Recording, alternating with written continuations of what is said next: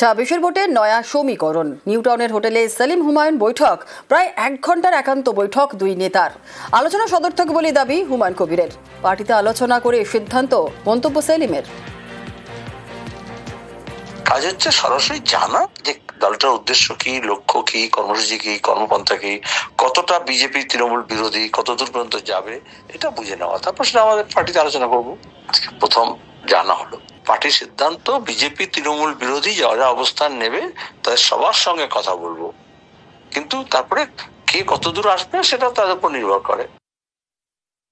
Meeting এ 1 ঘন্টা 10 মিনিটের meeting হয়েছে। সেই মিটিং এর সারবত্তা যা, সেটা আগামী দিনে জোট নিয়ে সম্ভাবনা। সারা জীবন আমরা লেফট ফ্রন্টের বিরুদ্ধেই রাজনীতি করেছি, ডানপন্থী রাজনীতি করেছি, তবুও আজকের পরিস্থিতি যা দাঁড়িয়েছে রাজ্যে, সেই পরিপ্রেক্ষিতে ওনার সঙ্গে আমার আলোচনা হয়েছে। আলোচনা সদার্থক হয়েছে। সেই আলোচনার চূড়ান্ত রূপরেখা কিছুদিন সময় লাগবে।